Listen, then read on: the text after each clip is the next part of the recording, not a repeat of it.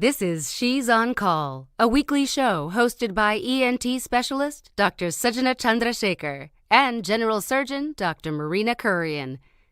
They'll be joined by guest experts to discuss an array of newsworthy medical and health issues. You're invited to ask the doctors anything. The physicians and their guests' views are their own and do not represent any institution. Please contact your doctor for any personal questions. Please hit share and join us live on Facebook, Twitter, and YouTube at She's on Call, hashtag She's on Call. Please welcome our hosts. Hello, I'm Dr. Sujana Chandrasekhar. I'm an ear, nose, and throat surgeon in New York and New Jersey. I'm Marina Kurian. I'm a general surgeon in NYC. I do a lot of weight loss surgery, foregut, and also do some medical weight loss. It's great to have you here. Marina, it's our 12th show. Can you believe it? I know. We first started this show together because we thought it would be a great opportunity for us to discuss and reach out to people and discuss medical issues. And we started off talking about COVID, but, and at some point, we both would like to stop talking about COVID and want to see the tail end of this pandemic. But so we've been talking a little bit about that as well as other timely news topics and medical topics. So I think we had two overarching goals when we started this show.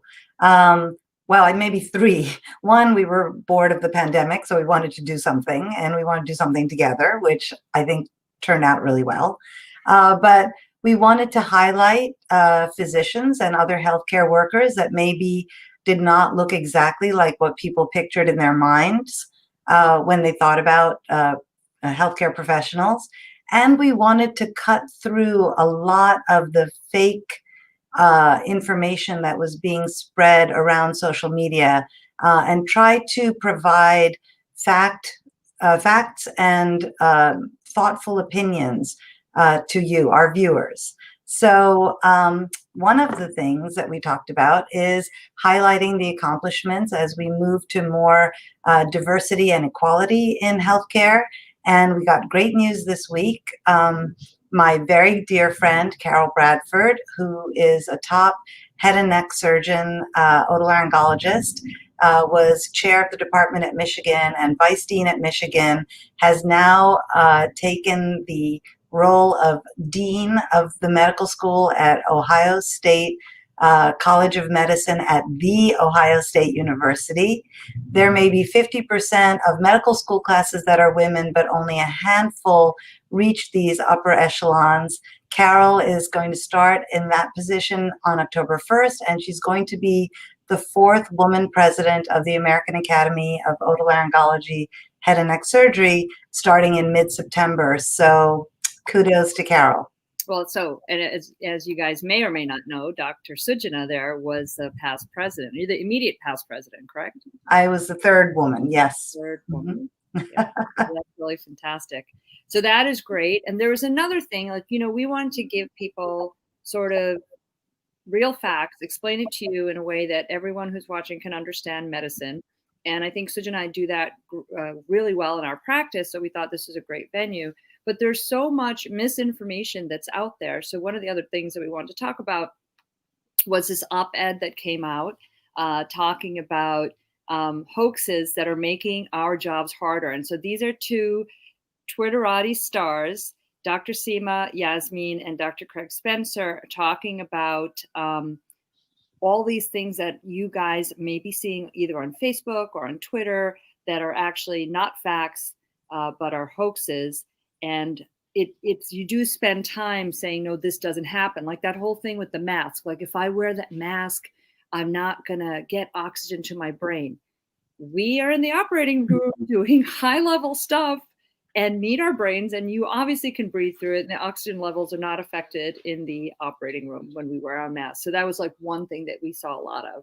There's another one, Suju, that you saw. Yeah, so this week I actually got asked on WhatsApp and Facebook and a number of areas about this video that's going by that has beautiful production value that says basically the forehead temperature measuring device, which kind of looks like a water pistol. You kind of point it at the person's forehead, was somehow causing brain damage, and specifically damage to the pineal gland, which is very deep in the brain. It's in the midbrain, quite deep in, and controls melatonin and controls some hormonal secretions. But that is hogwash. The video is beautiful. It's very well made, very nice quality of hogwash. So no, taking your temperature with a gun or a infrared ray or whatever will not give you brain damage. So please don't listen to things that sound crazy. What I love about that gun, though, and I was just saying that this morning because my friends, I'm at a friend's house and they have it. They were checking temperature. They checked mine, and I was like, it's so weird. Like, I used to, in my office, I had the ones that you put in your mouth with the new covers, right? Mm-hmm. Then we switched to the forehead. There was the ear one. We switched to the forehead scan, which is just really a wipe across the forehead. Where was this gun before the pandemic? Like, right. I'm so glad they made it. Are you kidding? This is so fantastic. Now it really is no touch. You don't have to. The other one with the forehead scan, you wiped it down. It obviously would break down after a while because you keep wiping it with alcohol wipes. So this is actually a fantastic intervention, and it does not cause brain damage. No.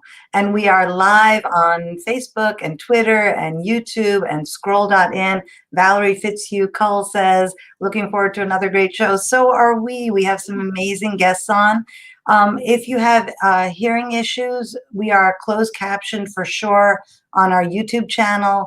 Please hit like and share and tell your friends, tag your friends if you think they're interested in hearing about these important medical topics we're going to discuss. And Marina, maybe you'll tell our guests, our viewers, what we're going to talk about.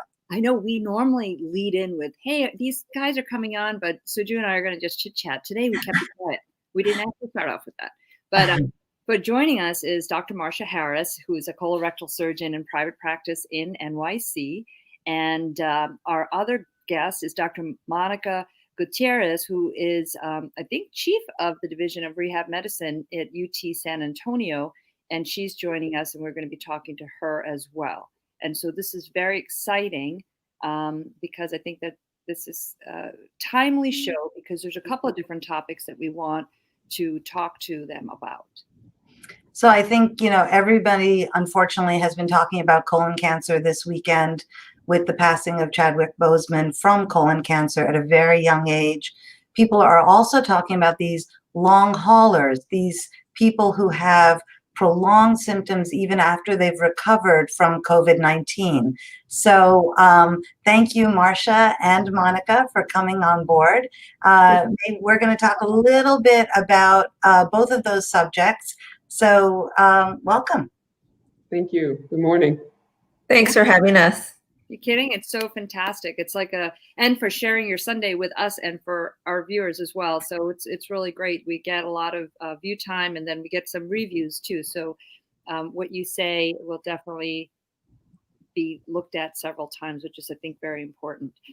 Let's talk about Chadwick Boseman a little bit. And, people are like, wait, I didn't realize he was in all these films. So this gentleman had colon cancer, was undergoing treatment while he was doing all of these films. And that, shows you his talent, his commitment, and to think that, he did all of this while undergoing treatment is a big deal. So did Monica, you must have had a lot of blow up, but all of us have seen a lot of stuff on Twitter, Facebook, etc. It's a sad and terrible loss for really the artistic community, for his family, obviously, but for all of us who are fans. And so anyway, there's this cute accolades and homage to him, especially from when he was in the Avengers movie, right? It was Endgame. And there's a picture of him surrounded, he's fallen, but he's surrounded by all the people, all the Marvel heroes. Yeah, there's so many children who kind of did the Wakanda Forever cross with him surrounded by the other superheroes. And in some ways, not only did he play a superhero, but he played real people. He played Jackie Robinson, Thurgood Marshall. He played amazing characters, but he was sort of a superhero to all of us, including James. He played James Brown. 43 is ridiculously young to die of stage 4 colon cancer. And I'm amazed that he was able to work on all these movies while struggling through stage 3 and then stage 4.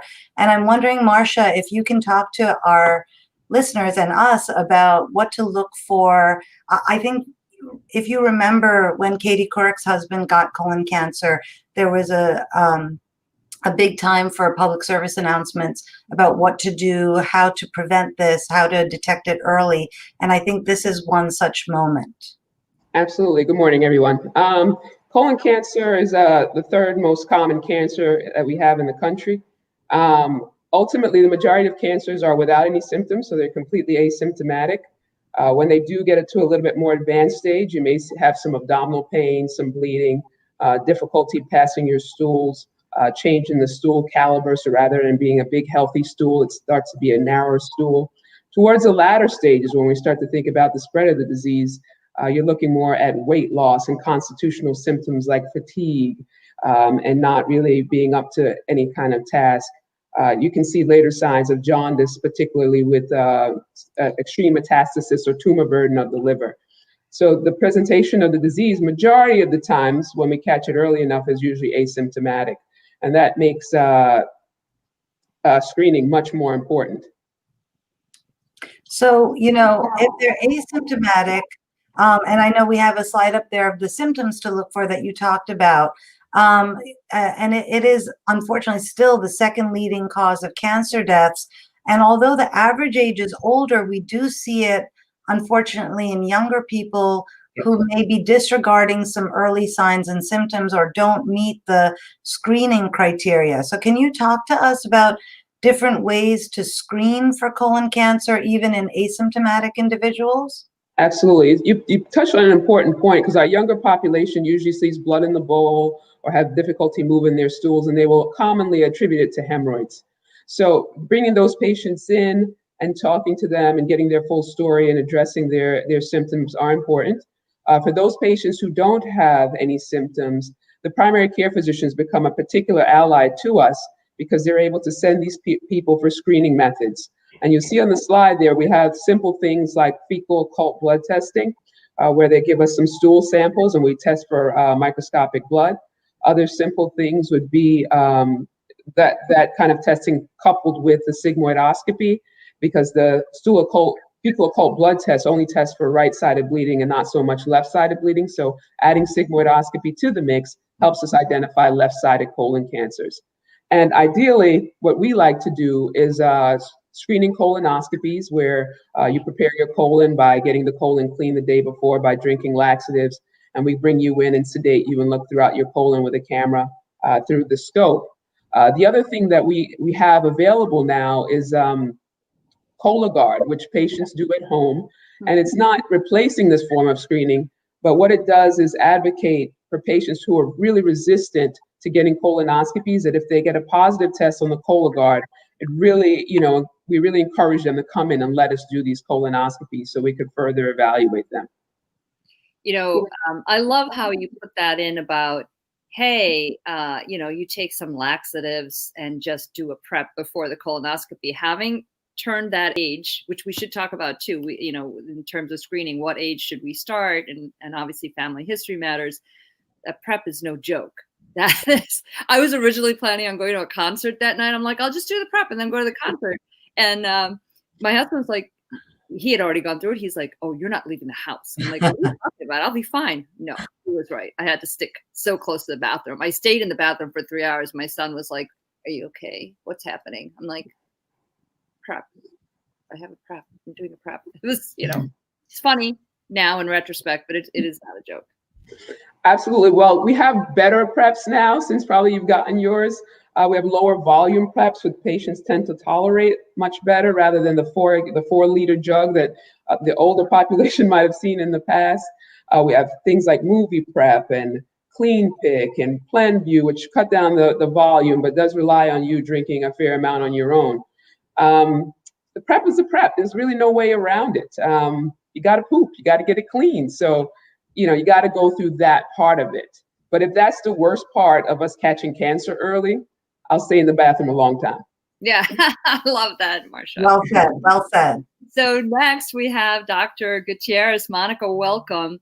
We were debating. We were like, do we say PM&R, which is physical medicine and rehabilitation? Do we say rehab physician or rehab medicine, or do we say physiatry? And it turns out they're all correct, right? And you guys do such a breadth of stuff that we're like, it's not just, work for, after a stroke, it's cardiac rehab, it's orthopedic rehab, it's so many different things that you guys cover, really. Right. It doesn't matter. Just call me. As I said, call me what you want to call me. Physiatrist, physical medicine and rehab medicine. And it's a specialty that focuses on function and quality of life and enhancing people's quality of life, whether it be after something as minor as an injury versus something as major as spinal cord injury or a brain injury or a stroke, to everything that's in between, including pain symptoms, including even dealing with patients who have cancer and who need cancer rehabilitation. So we are specialists that will take care of persons along all the continuum of care. They even find for patients with cancer that doing prehabilitation, so getting them ready to have the best outcomes from their surgery and from their adjuvant chemotherapy, will do better. And then along with COVID, which is a big topic right now, then physiatrists also can help people prehab while they're just hanging out at home, versus also as their symptoms are occurring, we can see patients as soon as they're in the ICU. We can see them when they've started to recover and they may need more intensive rehabilitation, and also in the outpatient setting. So it's a specialty I hadn't heard of before I went to medical school, but I'm really glad that I did. I like the rehab and prehab. And I think as surgeons, we actually pay a lot of attention to that prehab, because we know that our outcomes are better when our patients are as well as they can be before surgery. So I like that concept a lot. Before we say that it was a new concept, though, because before we'd be like, well, we need to medically optimize the patient. You got to go see your doctor, maybe get a cardiology evaluation. But now, and especially with major surgeries, and for when we do a lot of abdominal wall reconstruction, prehab has become such a big deal. And that's like that. I feel like it's kind of a new concept, isn't it? Or did the cardiac guys get this way before and not share that information? Or are you guys all like, no, we all did it, you just did it? Yeah, it was like we've kind of been working on it for a little while, but it's fairly new, and where there's actually studies behind it that says, hey, let's do prehab, and this exercise, aerobic exercise you're doing is going to do, neovascularization to help chemo to get where you need it to get in pancreatic cancer patients. And so it's something that definitely has been around, but now there's a bigger focus on it for sure.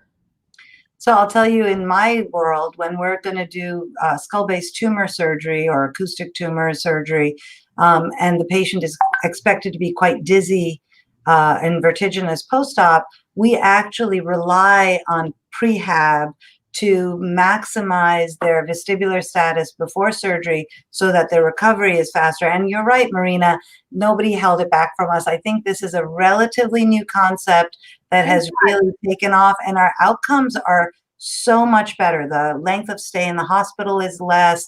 The ability to return to activities of daily living is so much better. And this is very different than just doing some hand exercises or something. This is really a whole medical approach. I wanted to point out that we have people watching from all over. We have Helm Apollo Ali watching from Las Vegas. We have somebody whose name I didn't quite catch watching from Kashmir. We have usually Ermine Hero watching from Finland. We have Mark Lee watching from North Carolina. We have people watching from all over. One of the questions to you, Marsha, And please, can I encourage our viewers to like and tag and tell your friends? We had somebody tag a bunch of their friends who I mean, these are extraordinary guests that Marina and I get the pleasure of talking to every week, and I hope we can share that with other people. One of the questions we had was about general anesthesia versus propofol versus something else for colonoscopy. And maybe we can segue from that, Marsha, into the stages of cancer. So we heard about Mr. Bozeman having stage 3 cancer while he was making those movies, and then eventually dying of stage 4 cancer. We've heard differently about Duke's classification of cancer. Maybe you can tell us a little bit about what all those words mean. Sure. Let's go a little bit back to the previous question about the sedation or the anesthesia used for the colonoscopies. The majority of colonoscopies are done under just sedation with propofol anesthetic. And this is an anesthetic that we give to sedate the patient so they're comfortably sleeping and breathing on their own. And once the procedure is over, when we shut it off, there's usually a pretty quick wake-up process. General anesthesia is usually reserved for patients who are high risk. In any way, maybe they have a pulmonary issue or cardiac issue that make them high risk, and you cannot do them under sedation. And those types of colonoscopies are naturally done in the hospital, okay? In regards to the stages of colon cancer, I'm just gonna keep it very basic. We use a T&M staging. We got rid of the Duke's classification. T meaning the amount of tumor invasion you get, N being the nodal, the lymph node involvement, and M being metastasis, which means a spread from where the tumor originated to a distant organ. So stage 1 is pretty much a tumor that will involve the superficial layers of the colon. And this is pretty easily treated with just surgical resection with a 5-year survival of 90%. Stage 2 cancers are cancers that go a little deeper into the colon, like into the muscle, towards what we call the serosa, which is the outer lining of the colon. And this also is treated very well with a surgical resection, with the exception of some patients who have high risk factors, such as, poor tumor biology, whether or not it is gone beyond the wall or perforated through the wall, or the nature of the biology may involve mucinous cells or signet cells, which portend a poor prognosis. Stage 3 cancers are cancers that involve the lymph nodes. And these type of cancers will require adjuvant chemotherapy, which means chemotherapy after the removal of the cancer. And then stage 4, like we talked about before, is when the cancer has spread beyond the primary tumor into distant locations, normally the liver, followed by the peritoneal surface, which is the inner lining of the abdomen, to the lung. Brain is not normally seen, but can be seen usually in rectal cancers. Yeah, that's a lot. And I have friends who've gone through this, and in terms of this ongoing, the disease, you catch the local disease, but then they have a spread, and it's so worrisome, mainly because I think for most people, once you have lymph node involvement, right? So you have the tumor, and then it's in the colon, and then it moves to the lymph nodes. And then once you have that, even though you might have excised the area and you have no evidence of disease, some of those patients still get the metastasis at a later time. And so it's that constant worry that can be really hard. How do you deal with that, Marsha, with your patients? Well, I mean, I think the difference now is that we have some better chemotherapy choices than we did in the past. With the addition of oxaliplatinum chemotherapy, we've seen that what used to be a 40 to 50% survival for someone with advanced stage 3 colon cancer, we're now seeing up on the orders of upper 60s to 70% of patients having a 5-year survival. So with these improvement in our chemotherapies, we're seeing better survival. However, recurrence is an issue, because obviously if there's 70% of people who have a 5-year survival, there's 30% who don't. So recurrences are a challenge, and that's where monitoring is very important. I normally do it in conjunction with my medical oncologist that I use. Initially, after the immediate postoperative period, when the patient's doing well and they start chemotherapy, everything goes well. Following completion of that, we see them every 3 months and we send blood work, particularly the CEA. Now, CEA is a marker that we use. It's a non-specific marker that we use, and we get it before the surgery, and we use it after the surgery to monitor recurrence. So when we start to see increases in the CEA, that's a sign that there's probably a sign of recurrence coming on or present. And in that case, PET scan, which is positron emission tomography scanning using a CT scan in addition, will help us locate any of these areas of recurrence. Now, if it's a local recurrence, we have surgical resection still available where we can go in and re-resect that area or remove whatever it is. However, if there's distant spread to the liver or the lung, then it becomes more complicated and more controversial. Certainly, chemotherapy is on the table. And then if there's only a solitary metastasis, like a single hepatic metastasis, we can excise that, and the same with the lung. Obviously, though, once you start to get distant spread, your 5-year survival is going to decrease. So I think that's really important. I think you've raised these huge concepts that are really important for patients to understand. So I think you talked about the asymptomatic individual, or somebody who's young and healthy, feels great, and should start screening at least at 45, and certainly younger if they experience any of the other symptoms you talked about. I think you talked about the different outcomes when we catch the tumors early versus when they are quite late by the time we catch them. And I think you talked about the ongoing care that both the surgeon, the gastroenterologist, and the oncologist can give the patient, and screening measures that we have. And this is really, this speaks to the continuum of care that we try to provide all patients, whether their problem is cancer or otherwise. And sort of switching gears back to COVID-19 at the moment, we are seeing worldwide increases in cases. We've had over 180,000 deaths in the United States from this. The US is still, unfortunately, at the top of the leaderboard for cases. And we are actually at the top of the leaderboard, not only for all cases, but for active cases and ongoing cases. And in the beginning, we thought it was one and done. So either you got better or you had a terrible course and perished. And now we're seeing something that we're calling long haulers. And these are the people with ongoing symptoms that we didn't really expect from the beginning.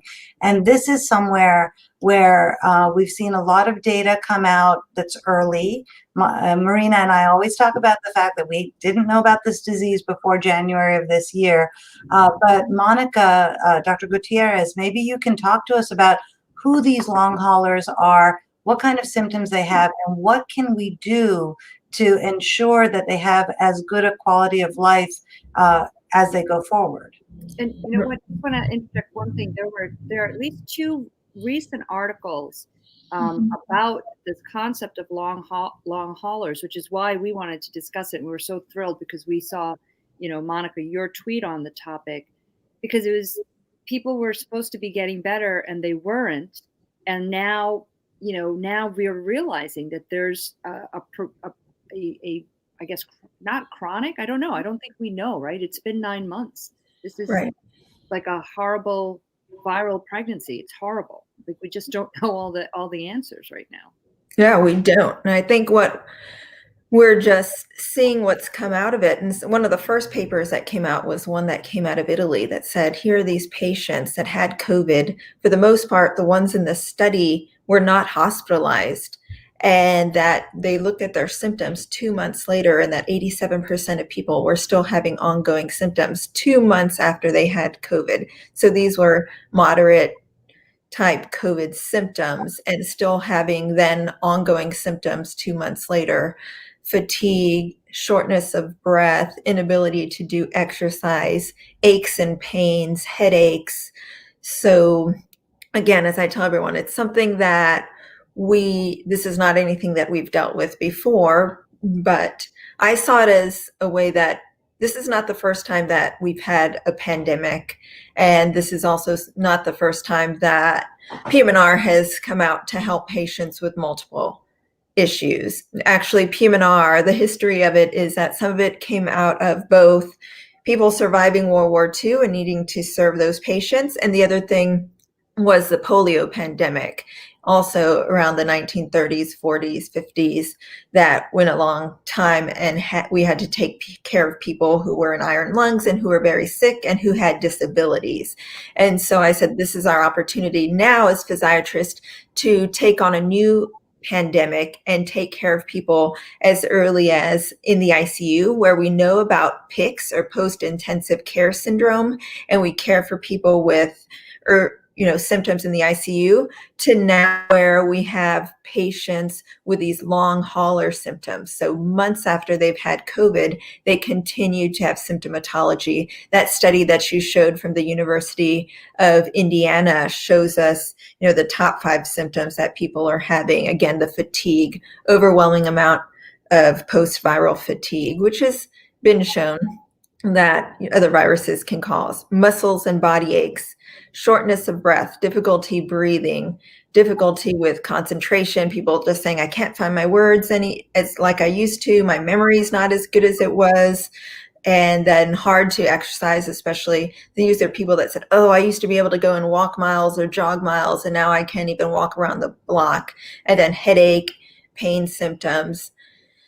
And yes, if you go down and look at the list, anxiety, dizziness, and a lot of the anxiety is then coupled with the worry about what's going to happen to them, or what, you hear these horror stories, or you read about things of sudden death, or people doing better and then getting a lot worse. And so that made a lot of anxiety, plus the social distancing. They're not able to be around people or their friends, and they're at home and getting very anxious about their disease state.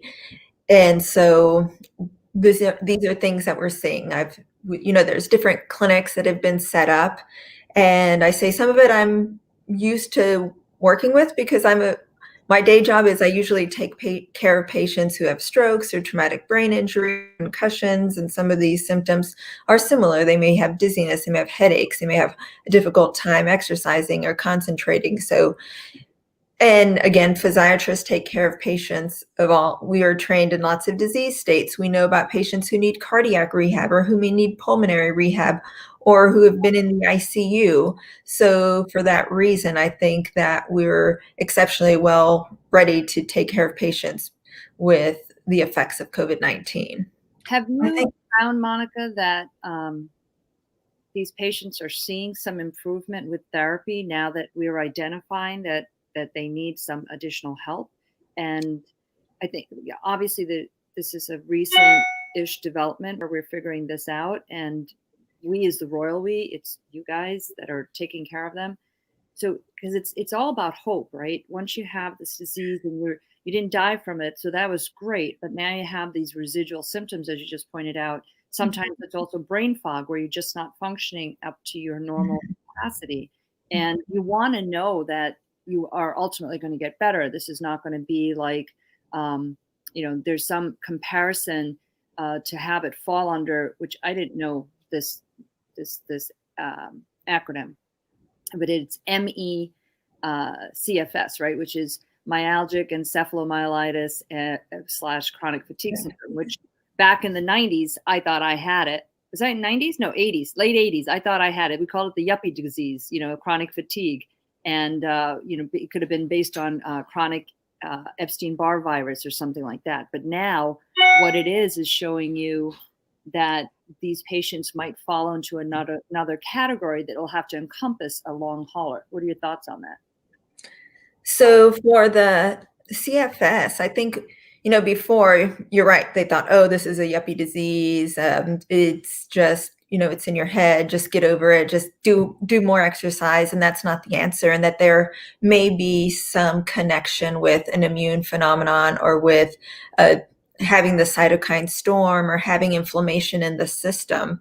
And that we know that it's not just, oh, go see your therapist and get over it and, go exercise some more. We really have to be careful how we treat those patients, and how we get them back to function is, you can't just push them, because then they're going to go 2 steps back. It has to be very symptom limited therapy, and start slowly and step by step, and then also continue to do the research on what's the underlying causes, what's making it worse. Do we have to work on the inflammatory part of it? So it's something that, I believe that it can definitely be connected, and that we need to start looking at some more. And that rehab, to answer your question even at the beginning, was that rehab, the correct directed rehab, is going to help people with different symptoms. The other thing to bring up is there are some papers also and research that's showing the cardiac effects of COVID, with there being effects of including myocarditis. And so we have to make sure that we're also screening patients as they get back to activity as well. And they are, College of Sports Medicine, cardiology has come out with papers that say these are how you need to screen athletes who are young, who are getting back to sports, especially, they're doing this at the college level, football, et cetera. But, we need to do that in adults too, and in patients who are surviving COVID, and to ensure that, they're not going to, because if you do have a myocarditis, you actually are not supposed to be pushing exercise, because there's an increased risk of sudden cardiac death. Or are you going to get heart failure related to myocarditis, and that need to be treated?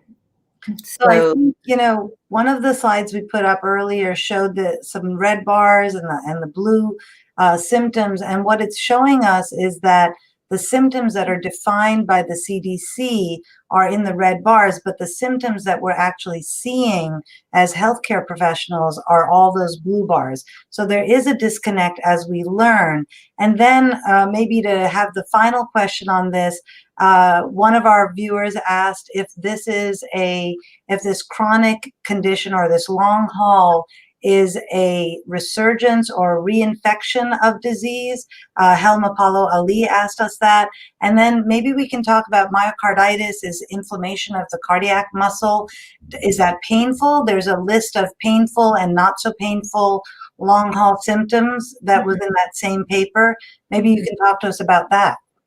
So a couple things. So the symptoms that were highlighted versus what the CDC says, and I think the CDC can show some of the symptoms that you're going to have initially, but then what people end up having long term is definitely different. As far as, is it a resurgence, or what happens when they continue to have symptoms or reinfection? I don't think we know, but is it still related to the cytokine storm and the change of our inflammatory markers in our body during, this post-viral syndrome? Possibly so. And then the myocarditis, is it one of the painful symptoms per se? It does not have to be. It's not. Sometimes you don't even know that you have it. But the painful symptoms is anything from people having terrible headaches, body aches, joint pains, nerve problems. Yes, if you have chest pain or pressure, then that is definitely painful. And that's definitely something that would need a more further look in a cardiac workup type of way. But we're seeing nerve issues, neuropathy, including the patients that we're getting in the hospital. We're doing some EMG tests on them, and we are seeing nerve and muscle issues. And so definitely a lot of painful symptoms that can either help us focus on a secondary workup or know, okay, let's start treating these symptoms that you're having. That's great. I mean, it's not great that the patients are experiencing that, but I think this is a wonderful discussion on that, because people are not recognizing. I mean, everyone's glad they don't have it, or the people that got it, they're glad they got to the other side, and they might be having these issues. And I've asked a bunch of, we have colleagues that have had COVID-19. Some of my patients have gotten it. So I always ask them if they just randomly ask them if they had residual symptoms, not realizing that that there's a certain amount of people that do. And do we know how many that is? Is it 10% of patients who contract COVID, or are we just still figuring that out? We're still figuring it out, and we're just still looking at the numbers and following the people and looking at the outcomes. But I think you're right that a lot of people are suffering with this stuff, and they're just trying to get their life back on course and not realizing, oh, I may have some of these long hauler symptoms. And so I think the studies and the numbers, they're so differing based on what you look at. And I think one thing I see when I see patients in our post-COVID recovery clinic, that they're just relieved that someone believes them, that these symptoms are real, and that we're going to try to do something about it.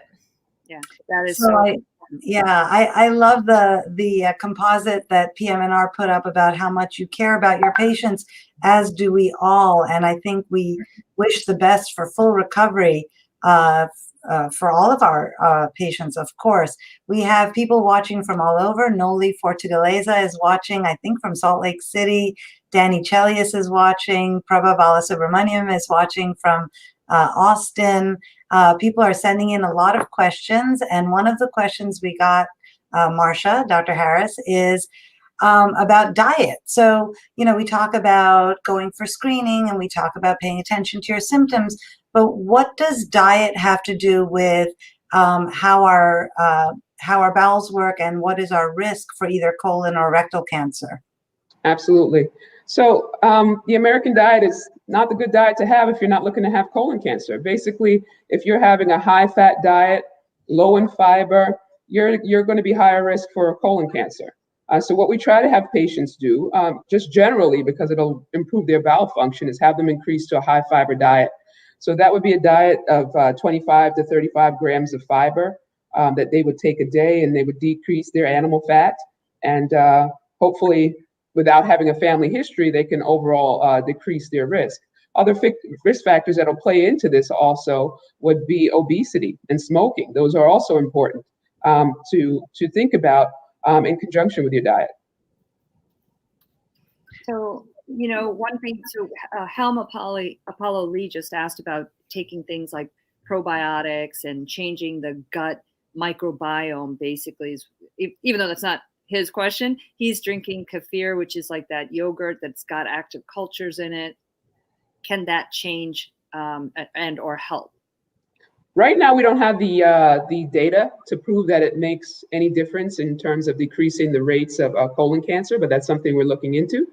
Probiotics are helpful because they help replenish, like you said, the normal microbiome in your colon. In your colon, you have good and you have bad bacteria, and there has to be a balance. So that's what the utility of probiotics gives us, an opportunity to balance our microbiome. And some patients notice an improvement in how well they go to the restroom and their overall colon health. I'm going to add in a couple of sentences. I think the same thing tied into the gut, that we're figuring out more between the gut-brain connection, and even that some gut symptoms are early symptoms of some neurological diseases like Parkinson's and other immune-mediated degenerative neurologic diseases. And so I think in general, it's important, take care of your gut, fill it with fiber, with whole foods, with fiber-resistant starches. And that's even something that my post-COVID patients, I'm telling them, okay, I want you to eat a healthier, less inflammatory diet while you're getting better. Yeah, and a lot of times we talk about a less inflammatory diet, but what does that mean for you guys? For me, it means, and I've heard this from some of the dietitians that work at Memorial Sloan Kettering, that for me it means sort of more of a plant-based diet, mm-hmm. and less meats and less processed foods. Absolutely.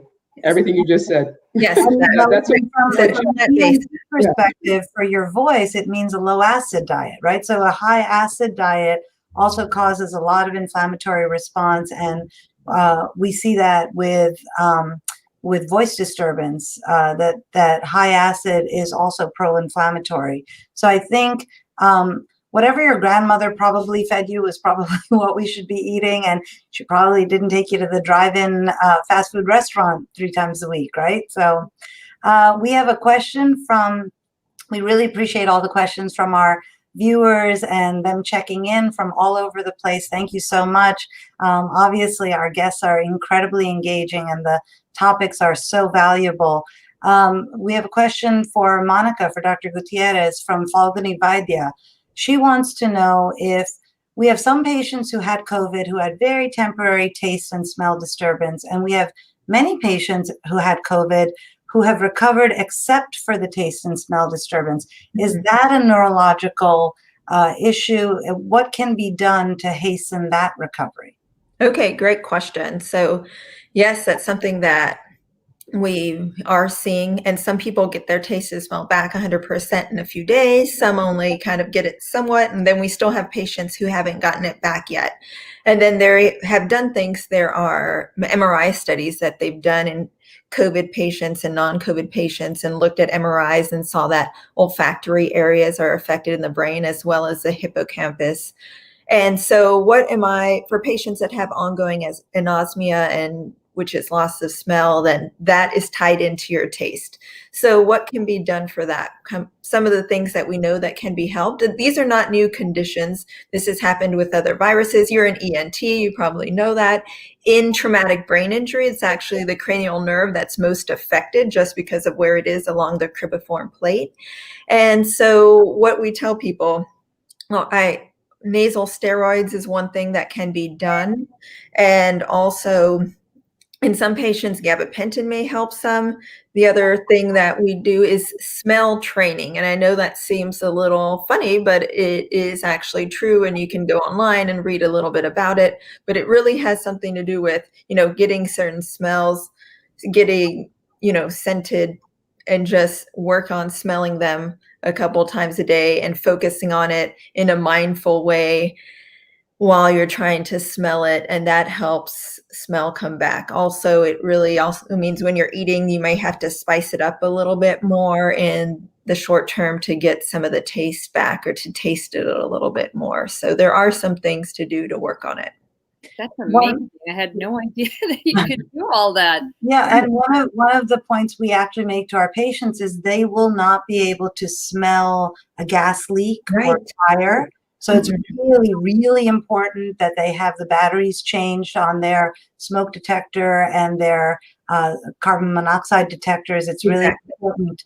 Anupama Binding-Navale, who is watching us from Bangalore, India, asked about hallucinations, and I think she meant olfactory hallucinations after COVID. And have you seen this at all? So it's kind of a spectrum of what can happen to your smell. To either you have none, you can get cacosmia, which is, smelling something that's a terrible smell, having less of a smell, having no smell. So these are all kind of a spectrum of what happens when you lose your sense of smell. And like I said, on the MRIs showing the olfactory centers affected in the brain, that means the areas where your brain also takes in smell, and figures out what smell is. And so, yes, that can be seen for sure. But can you mitigate that at all? Oh, it's one of those things. Again, try smell training, try to see what happens with time. Monica and Marsha, actually. Marsha, I have a question. We started off the hour talking about Chadwick Boseman and his death at age 43, when we said that it usually, and you said actually, that occurs in later or older age groups. But is it true, or is it not true, that when you get it at a younger age, it can be more aggressive disease? Can it also be more, when you get it at a younger age, it can be a genetic syndrome or familial type of cancer? And I'm going to say, and there is in fact a racial disparity issue with colon cancer. So now we're just going to give you a really tough question to answer all at once, Marsha. Absolutely. I'll start with your side of it. There is a higher rate of colorectal cancer that occurs in the younger age in African Americans. And before we actually changed the screening protocol to 45 for everyone, there was some talk of whether or not we should be screening African Americans a lot sooner than the rest of the population. Indeed, you can have sporadic cancers that occur in a younger age, which means they don't have any hereditary base involved. It just happens because of mutations in certain genes along the way. Other things are related to hereditary cancers, such as Lynch syndrome, some cancers related to the BRCA gene, BRCA2 to be specific. So there are inherited colorectal cancers that can occur. But who knows, in his case, you'd have to really do a family history to look at not only colon cancers, but other cancers. Is there prostate cancer in the family? Is there ovarian cancer in the family? Is there breast cancers in the family? Because there are other genetic disorders, such as the P53 gene, which controls a lot of tumors that when you have a mutation in the tumor suppressor gene of P53, you can develop any sort of cancer along the way. So we won't really know in Chadwick's case. And when we see early cancers like this, we do send them for genetic testing so we can sort that out.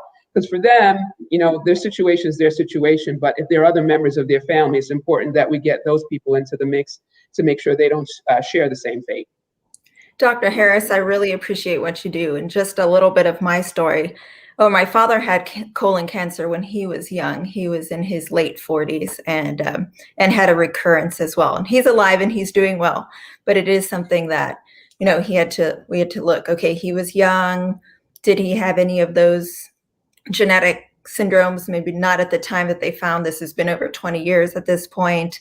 And so I'm really thankful for those that study this, look at this, take care of these patients. It also made me get my colonoscopy before the official screening age, because if a family member had it when they were younger than 50, you're supposed to get it 10 years before they had theirs. So I had mine probably even a couple years later than I was supposed to, but still before the age of 45. Mm-hmm. And thanks.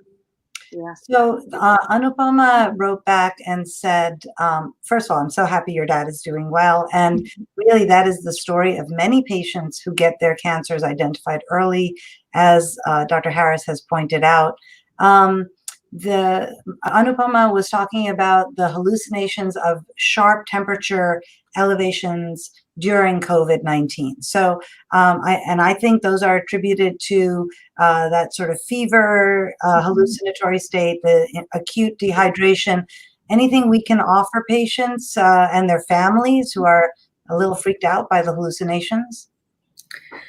It's peace of mind, just knowing that, yes, I think a lot of people want to know that it's normal. It can happen. You can, fevers can cause this, and just the inflammation that's going on the system, and that for most people, this is going to pass. It's just that acute time that people are getting the hallucinations. So I have two more questions from viewers. Danny Chelius, who's an otolaryngologist, remembered a med school together. I know, we're all like this cabal, right? He remembers this funny commercial about if you don't take Metamucil, you're going to get cancer. But all kidding aside, let's talk a little bit about if you don't have access to fresh fruits and vegetables, what can you do in terms of that kind of fiber? And then Benj Cantors, who is watching either from Chicago or from some idyllic place north of Chicago, asks about, isn't it always taking care about your microbiome? So, colon cancer is actually, the reasons for colon cancer are multifactorial. So it's never just one thing. It's always helpful to maintain a healthy microbiome. So yes, it is important. I don't want to minimize that, but it's more than just one thing. And in regards to people who don't have access to healthy fruits and vegetables, there are other things you can do. You can use grains, such as like oatmeal and that sort of thing. Other things, like when I have my young patients who I know are not eating a healthy diet, they're in college or eating whatever they can get their hands on, I just usually tell them to take a supplemental fiber, whether it be psyllium, which is Metamucil, or Citracel, or Benefiber I like, because it dissolves, it doesn't taste like anything. I'm more likely to get them to take it if it doesn't taste bad and it's not coarse. So that's one option if a patient really doesn't have access to healthy, fruits and vegetables. Marsha, it's hard. You said when you have the younger people, which is funny. I like to tell my patients if they need fiber, I'm like, oh, take the orange Metamucil. It's like Tang. And like, what's Tang? Nobody knows what Tang is, but these kids today, they don't know what Tang is. All right, you guys, we're actually running out of time, sadly, because we could talk with you all day, except that you guys all have stuff to do. So let's start with Monica. If you want to give us your final 3 thoughts, you want to share with our viewers and the world at large, you can. Right. Okay, my final three thoughts about this, just since I came to talk about COVID, is that we're not over the hump, that COVID is still a thing. So it's not time to let our guard down, especially if you've not had it yet, that we still have to do all the right things about social distancing and wearing a mask. The other thing is that if you're suffering, know that you're not suffering alone and that you should go find help. And the other part of it is, again, a community. There are communities for people who are suffering from the long hauler symptoms, whether that be a social media community, or finding your family or your friends to help support you. And I think that we need a lot of community during this time. Excellent. And one other thing, Marsha, before you do your top three, one of the topics that we didn't bring up during our Sujana Marina chat time was the fact that the CDC kind of walked back their recommendation to test asymptomatic people. And if we were going to just do a poll amongst ourselves, do we check people for COVID even if they don't have symptoms? I vote yes. Yeah. I mean, testing, tracing, isolation. I think there were a couple of funny governmental edicts this week regarding the lack of cutting down on testing and promoting just convalescent plasma, where it can work for some people, but not for everyone. So I think, again, we're learning a lot and we're doing our best to find the facts and present them to you. So I think we have to piggyback on what watching our distance, washing our hands, getting our tests, figuring out who we were around. So, Marsha, I'm going to lead it off to you now. Sure. Just to piggyback on the last thing you just said, as a protocol at our hospital, they make us test everyone who's coming in for surgery.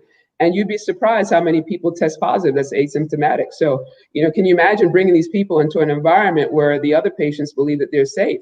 So if we didn't do that, what would happen to the other people in our health community, the nurses, the doctors, the other providers? So I think it's very important to test patients who are asymptomatic.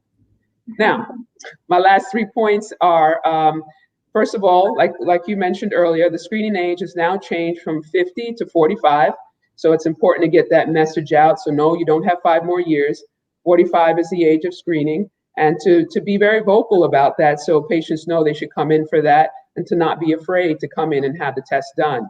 Number 2, if you have symptoms, don't just attribute them to hemorrhoids or something else and poo-poo them, because like Chadwick Boseman, even though we don't know what his health history was, you can be young and healthy and this cancer can affect you. And lastly, just having colon cancer is not a death sentence. That's why we push so hard for screening practices, because if we catch it early, you can live a very long life. As Monica attested to, her father had it early, got a recurrence, and he's still doing well 20 years down the line. So early detection is very important. Well, I want to thank you guys so much for joining us today. It's been such a pleasure. We just got a tweet that somebody missed part of the show but loved this part and is going to go catch up on the rest of it. And I want to thank all of you guys watching on YouTube, LinkedIn, Twitter, wherever you're seeing us from, and Facebook. And so if you do and you like what you've seen and you think it's important information for your friends or for your family, please just retweet it and like, so that your friends can see it as well. So thank you so much, Dr. Marsha Harris. Again, she's a colorectal surgeon in private practice in New York City, and Dr. Monica Gutierrez, she's the chief of PM&R, right, at UT San Antonio. Also a full professor. I love that. We were talking earlier about how many deans. There are not a lot of full professors that are women in all our major medical centers. So I think it's wonderful that you're there. So congratulations. Thank you. Thank you both so much for joining us. We want to thank our producers, because this show does not produce itself. And we're very lucky to have incredible people behind us, kind of keeping everything running smoothly and collating all of your questions and comments. So thank you guys so much. Next week is Labor Day weekend in America, and we are going to take the day off, but we will have a best of episode, which I have to tell you, I love the best of episodes.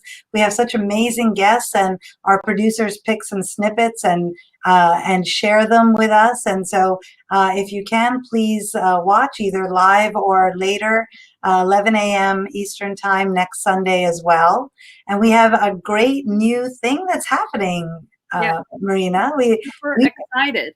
Yeah. We're going to be on WBAI radio at 2:30 to 3 o'clock Eastern Time on Mondays. They're going to replay part of our shows. And I think if you guys, can tune into that, it's 99.5 FM in New York, but worldwide, it's on WBAI.org. And finally, in honor of Chadwick Boseman, who lived an incredibly full and rich life and enriched our lives, we want to sign off. Wakanda forever. Oh, Wakanda forever. Totally. Look at that. And thank you, Dr. Quinn Capers. Wakanda forever. Yeah, that's beautiful.